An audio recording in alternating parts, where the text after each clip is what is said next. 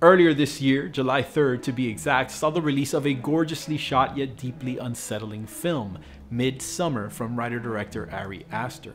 Very much a new type of horror film, the story follows a 20-something grief-stricken woman on an unexpected and terrifying pilgrimage to a pagan summer festival held once every 70+ years in a sun-stricken region of northern Sweden.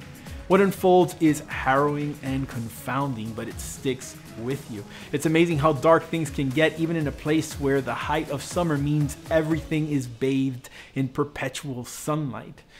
Anyway, as we enter Halloween, I bring up Midsummer not only to hesitantly recommend it, those brave enough should definitely have strong stomachs, but because the deck I'm reviewing today reminds me of Midsummer in more than one way. As you'll see, there's the green pastoral setting and the nature-oriented paganistic way of life that permeates the artwork in much the same way. But also it promises and sheds light on a horror that is all too clear and present. I promise you, much like Midsummer, this deck is unlike what you'd come to expect. Make sure to stick around all the way to the end of this video for a chance to win a deck of these cards for yourself from me, TheGentlemanWake. And remember, for the best in content for curious collectors, like, subscribe, and ring that notification bell.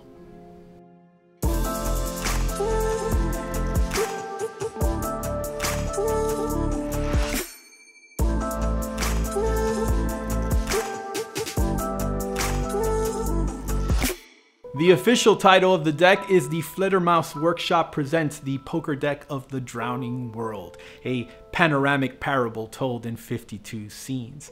We'll get to what that means in a moment. The deck was originally conceived as part of an artist exhibition, a one-of-a-kind deck drawn in pen and ink and painted in watercolor. Multimedia artists Nicholas Kahn and Richard Selznick, collaborators for over 3 decades, later decided to release a small run of oversized reproduction souvenir cards. These 2000 decks, called the Fine Art Edition, were printed back in 2006.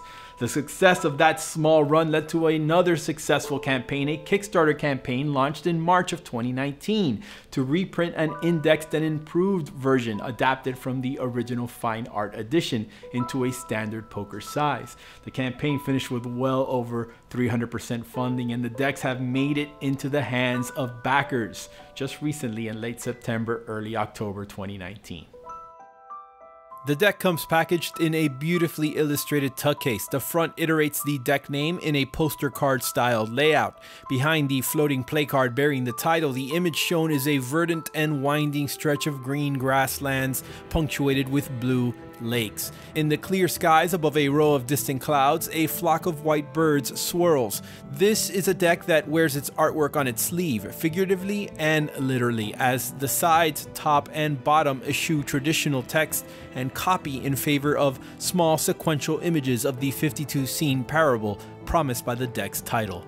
The back of the box is an image of one of the deck's kings, the king of birds. We'll get into that distinction a little later. The king towers over the same landscape as on the front, except the birds swirl around him, perching within him on the sills of windows and trapdoors built into the tall straw man structure. There's a totemic quality to the figure that we'll soon see echoed on all of the kings.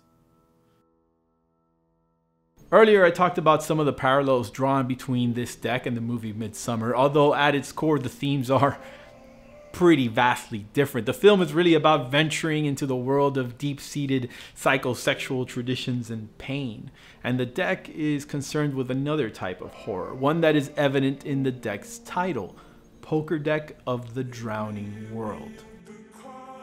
The first cards we see are the Jokers, 2 of them identical. Entitled A House of Cards, the Jokers ask us to think analytically about the sequence of events that we are about to witness, and warns of the perils of building a fragile house of cards that's too tall. When viewed as an uninterrupted panoramic sequence of 52 cards, the deck tells the story of a once thriving but now dying world drowning in melted ice. It's a parable of climate change, a statement to man's penchant for creativity, industry, and ultimately destruction. Each card in this completely custom deck features a totally unique rendering of a single frame in a series that, if projected on a screen, might feel like a time-lapse slideshow. The traditional suits are here replaced by 4 unique ones: icebergs, smokestacks, birds, and weeds. Although the order of the cards might be up for interpretation, I saw 2 different layouts on the Kickstarter page alone. The order of the deck might ultimately be cyclical, like the seasons, where the end is really just the precursor to the beginning. Look, like all art, and make no mistake, this deck is more artwork than poker deck. Despite its name, it's certainly open to interpretation. Some cards show us the cause and effect relationship of industry on the land. Others remind us that when we are long gone, the earth and nature will work hard to erase our presence, and they'll do so ultimately successfully.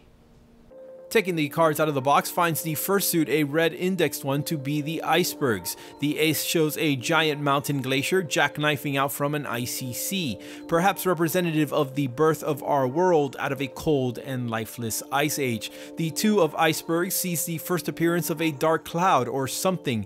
Is it a distant flock of birds, a swarm of bees or insects, or rain clouds? I'm actually not sure. By the time we get to the 4 of icebergs, we see the beginning signs of man, paddling through a melting berg on a carved out canoe. The 5 sees a column of smoke emanating from an iceberg in the distance, the discovery of fire perhaps to keep mankind warm.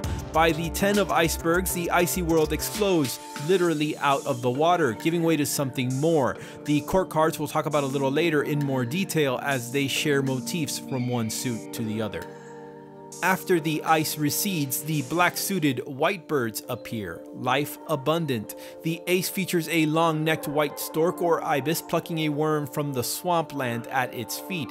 It's not long before the storks are plentiful, living and dying in their natural habitat. By the 5 of birds, man has made his presence known again, hunting them, and the cycle continues until the 10 of birds, which sees many of them killed off, like an in-progress mass extinction.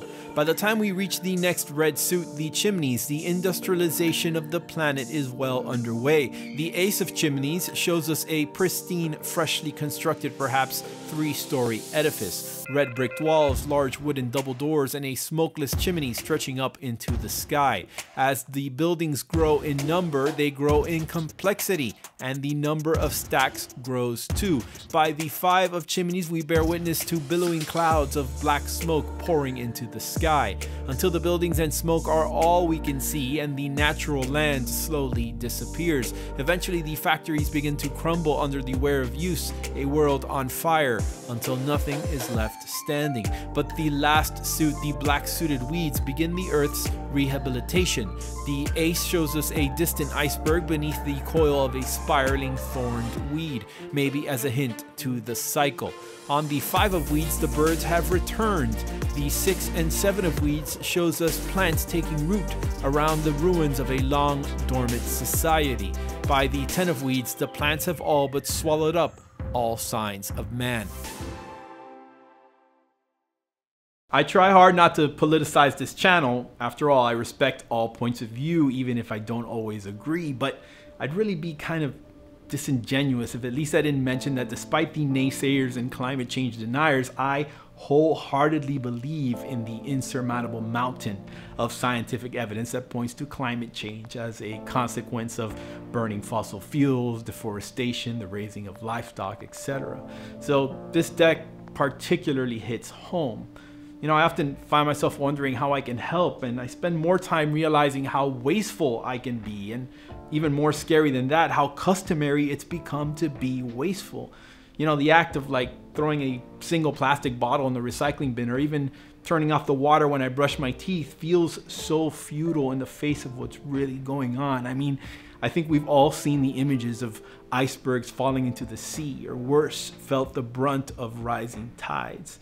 Maybe that's why this deck affects me so much. Of course, the true irony in it all is that the deck these artists chose to produce to shed light on the problem, and for us, we don't even want to think about it, but the hobby that we love is ultimately printed on paper, made by an industry from the product of felled trees. That's why it's so hard.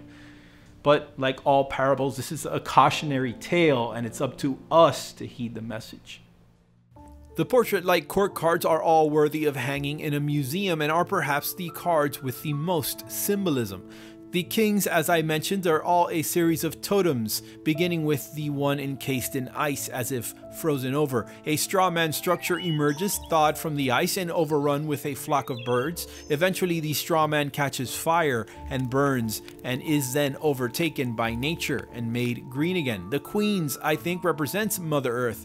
At first she is naked and cold, eventually teeming with life before she is stripped bare again by fire, until she can once more be fully protected from the elements. Finally, we are the jacks, the proverbial man, learned and thriving at coexisting in nature, using every byproduct of the hunt in the way native tribesmen would. But slowly hunting for necessity becomes hunting for sport, and the clothes becomes more elaborate until the sky and the man himself are on fire with industry, holding literal smoke, killing himself with cancer-causing cigarettes. Perhaps as an optimistic happy ending to Khan and Selznick's otherwise dire story, in this parable, man is restored as nature's caretaker, nurturing the weeds that sprout at his feet.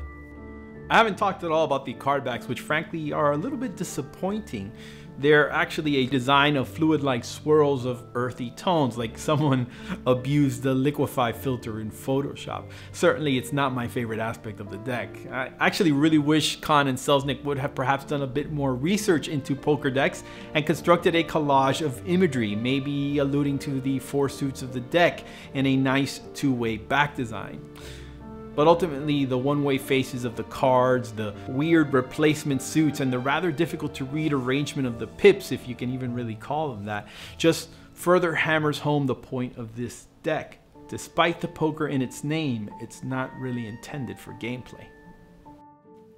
As far as handling goes, the deck is printed by the Expert Playing Card Company and handles as you'd expect an EPCC deck to handle. Their stock is crisp, yet slightly more rigid than the decks produced by other contemporaries in the card producing world, like Cardamundi or the USPCC. But this really isn't a deck you'd probably see much of in the hands of cardists or magicians or poker players. The deck was printed in a small run of 3,000 for the Kickstarter campaign, but there are still some available at a steep $28 each at the Artist Duo's website, khanselznick.biz. For a chance to win a deck of these cards directly from me, here's what you have to do. 1, like this video. 2, be a subscriber to this channel. And 3, comment below and let me know what other works of art these cards reminded you of, be it film or music or literature or traditional art. Also, let me know if you'd like to see more of these unusual reviews. This one certainly had a bit of a different feel. Congrats to Gabriel Richmond, winner of the Royal Mischief Transformation deck. Contact me via Instagram to claim your prize. To see a review of another deck of cards that features deeply beautiful imagery, check out the review for the Morai deck. That will appear right here. It's actually one of the first reviews I did on this channel. It's a really underrated deck that deserves more attention. Thank you guys so much for watching. I've been the Gentleman Wake. See you next time.